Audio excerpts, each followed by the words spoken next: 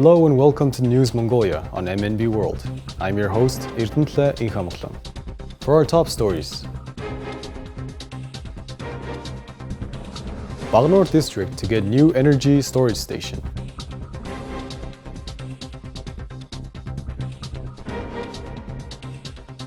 The Chinese Vice President Han Zheng begins official visit to Mongolia.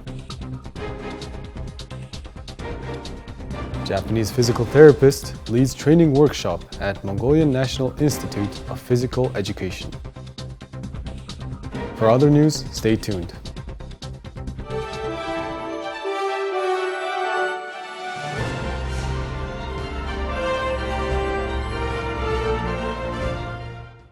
In a significant step towards bolstering energy security and preventing power shortages during the winter months, the authorities have announced the construction of a new energy storage station in the Baganuur district. The decision comes as part of the comprehensive preparations to address last winter's electricity shortfall. The international open tender for selecting the contractor to build the energy storage station was launched in June 2024. Chinese company Envision Energy emerged as the winner of the tender. Today, a formal agreement was signed between the parties to commence the construction of the battery charging station. Capital City Governor Nyambatar highlighted the urgency of the project, reflecting on last winter's challenges. We experienced a 200 MW power shortage last winter. In response, the capital has issued local bonds for the first time, amounting to approximately 600 billion MNT. These funds are earmarked for energy projects to address the deficit we faced last year. On October 5th, we will commence the production of the first 150 MW from the Boreljuat power plant. Additionally, a tender was issued for the construction of a 50 MW battery storage station in Baganuur district with an estimated cost of around 300 billion MNT. Envision Energy, a leading firm in energy solutions, has won the tender, and we are now officially signing the contract with them. The new energy storage station is expected to be completed by November 30th of this year. Once operational, it will be integrated into the central energy system. The station's main advantage lies in its ability to supply energy during peak load periods and recharge itself when demand subsides. The benefits of the battery storage station extend beyond immediate energy supply. It will play a crucial role in adjusting the frequency of the central power system, alleviating winter peak loads, and providing support for environmentally friendly renewable energy sources. Additionally, it will contribute to reducing greenhouse gas emissions, further supporting Mongolia's sustainability goals. Rikia Haraguchi, a Japanese physical therapist with 3 decades of experience in sports medicine, organized a training session and workshop for professionals of the Mongolian National Institute of Physical Education. His journey in the field spanned 30 years, during which he had developed a profound understanding of injury prevention, rehabilitation, and performance enhancement, particularly in the demanding sport of judo. In the high-stakes world of competitive judo, athletes face intense physical demands and frequent risks of injury.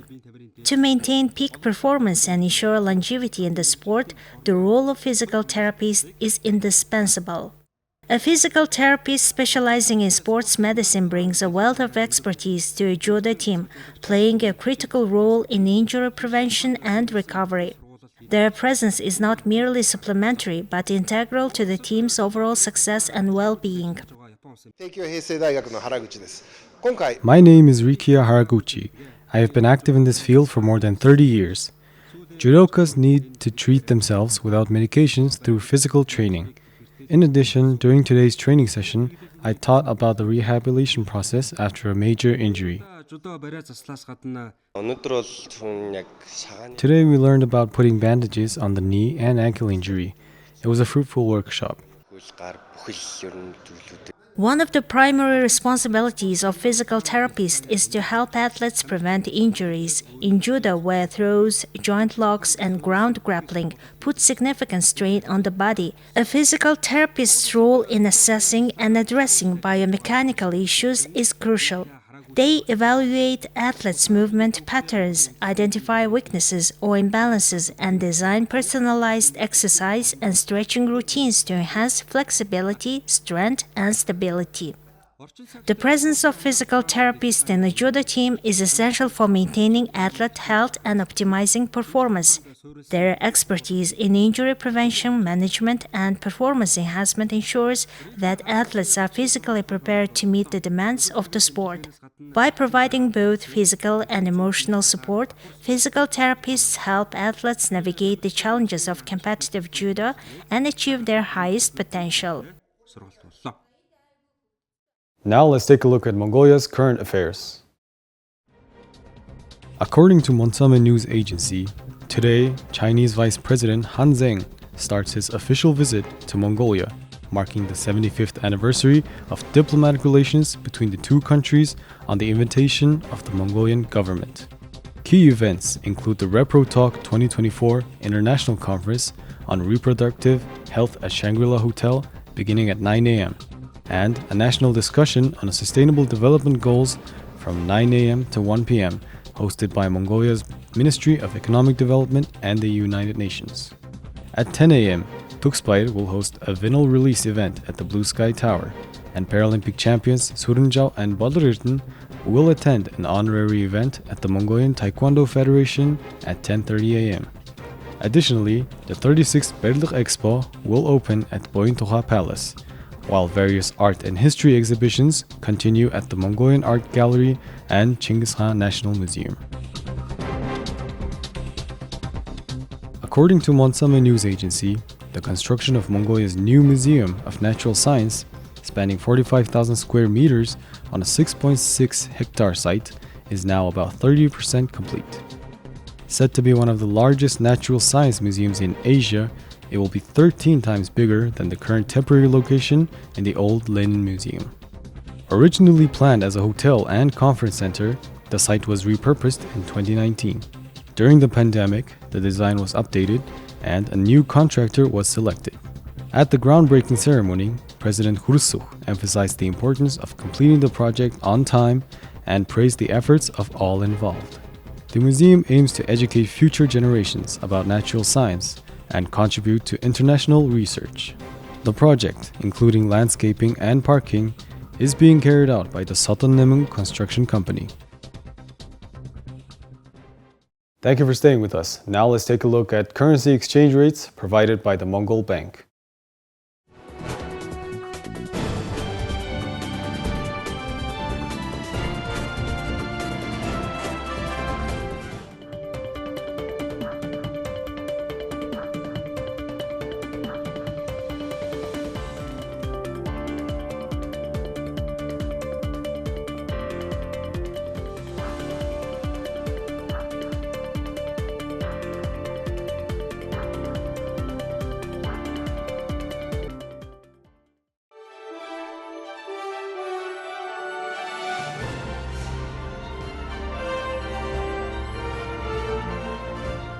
Thank you for staying with us on MNB World. Now let's take a look at international news provided by our partner agencies. Federal regulators responsible for the safety of the U.S. drug supply are still struggling to get back to where they were in 2019 before the COVID-19 pandemic upended factory inspections in the U.S. and across the world, the Associated Press has found.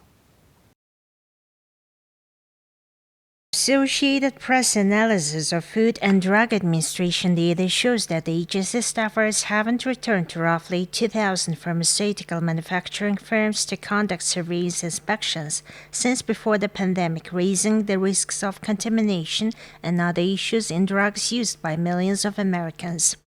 The firms that are overdue for safety and quality inspections represent about 42% of the 4,700 plants that are currently registered to produce drugs for the U.S. and previously underwent FDA review before May 2019, the AP found. The plants make hundreds of critical medicines, including antibiotics, blood thinners, and cancer therapies.